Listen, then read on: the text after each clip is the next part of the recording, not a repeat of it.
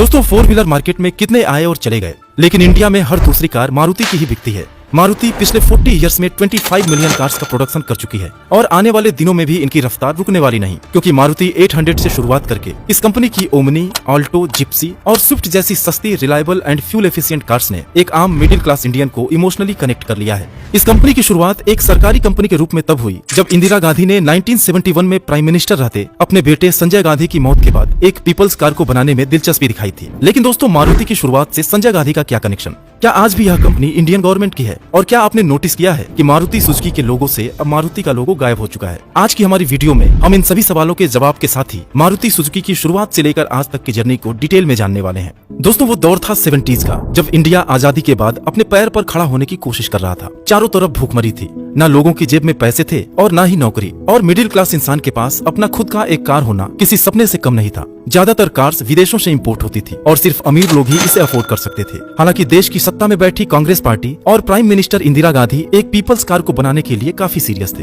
एक ऐसी कार जो सस्ती, अफोर्डेबल और एफिशिएंट होने के साथ ही पूरी तरह से स्वदेशी हो, क्योंकि इंफ्रास्ट्रक्चर और इंडस्ट्रियल रिवोल्यूशन के लिए पब्लिक ट्रांसपोर्ट सिस्टम का अच्छा होना बेहद जरूरी था। और उस समय इंदिरा गांधी के छोटे बेटे संजय गांधी की उम्र लगभग 25 साल थी, जो पढ़ाई में तो एवरेज थे, लेकिन शुरुआती पढ़ाई दून स्कूल से करने के बाद उनकी आगे की स्कूलिंग स्विट्जरलैंड के एक बोर्डिंग स्कूल से हुई। आखिर बेटे इंदिरा गांधी के जो थे, यूनिवर्सिटी में तो उन्होंने कभी एडमिशन नहीं लिया, लेकिन ऑटोमोटिव इंजीनियरिंग में काफी इंटरेस्ट होने की वजह से उन्होंने इंग्लैंड के क्रीव में रोल्स रॉयस में 3 साल तक अप्रेंटिसशिप किया। कार रेसिंग और एयरक्राफ्ट एक्रोबेटिक्स के वो काफी शौकीन थे और बाद में उन्हें 1976 में पायलट का लाइसेंस भी मिल गया था। खैर, वापस लौटते हैं अपनी मारुति सुजुकी की जर्नी पर।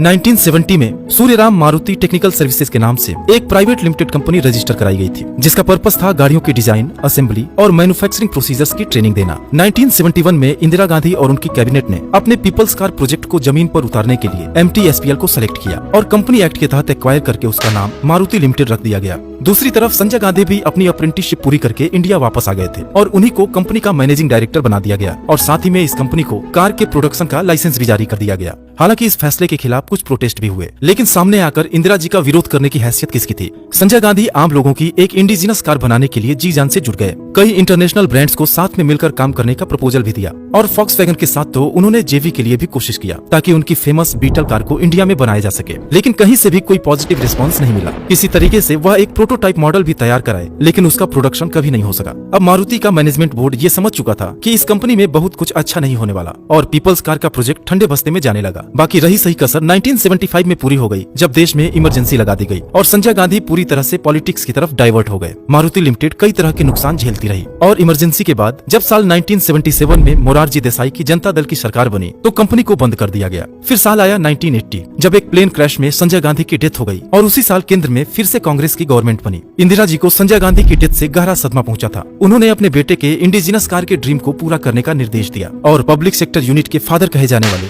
डॉक्टर वी कृष्णमूर्ति के एफर्ट से मारुति को एक नए नाम मारुति उद्योग लिमिटेड से फिर से शुरू किया गया और साल 1982 में जापान की famous automaker Suzuki motor corporation के साथ एक जेवी साइन किया गया कि शुरुआती 2 सालों में मारुति 40,000 गाड़ियां जापान से इंपोर्ट करेगी। और दोस्तों, सही मायने में मारुति की सक्सेस जर्नी की शुरुआत यहीं से हुई। एक कार इंपोर्टर की तरह काम करते हुए कंपनी ने हरियाणा के गुड़गांव में मारुति की पहली फैक्ट्री की नींव भी रख दी, जिसमें मैन्युफैक्चर हुई इंडिया की सबसे आइकॉनिक फैमिली कार मारुति 800 को 19 दिसंबर 1983 को लॉन्च किया गया। इंदिरा जी इस कार को लेकर इतनी एक्साइटेड थी कि इसके पहले कस्टमर हरपाल सिंह जी को उन्होंने गाड़ी की चाबी खुद अपने हाथों से सौंपी थी। इस कार का प्रोडक्शन आज भले ही बंद हो गया हो, लेकिन इसको इतना पसंद किया गया कि साल 1983 से लेकर 2014 तक इसकी 28 लाख से भी ज्यादा गाड़ियां बेची गई। इसके बाद 1984 में मारुति 800 के ही इंजन के साथ मारुति ओमनी और 1985 में जिप्सी को भी लॉन्च किया गया, जो ऑफ रोडिंग के लिए काफी पसंद की गई। इन तीनों कार्स की बदौलत मारुति का इंडियन कार मार्केट पर कब्जा सा हो गया और कंपनी के प्रॉफिट में तेजी से इजाफा होते देख सुजुकी मोटर्स ने 1987 में कंपनी में अपने शेयर्स 26% से बढ़ाकर 40% कर दिया।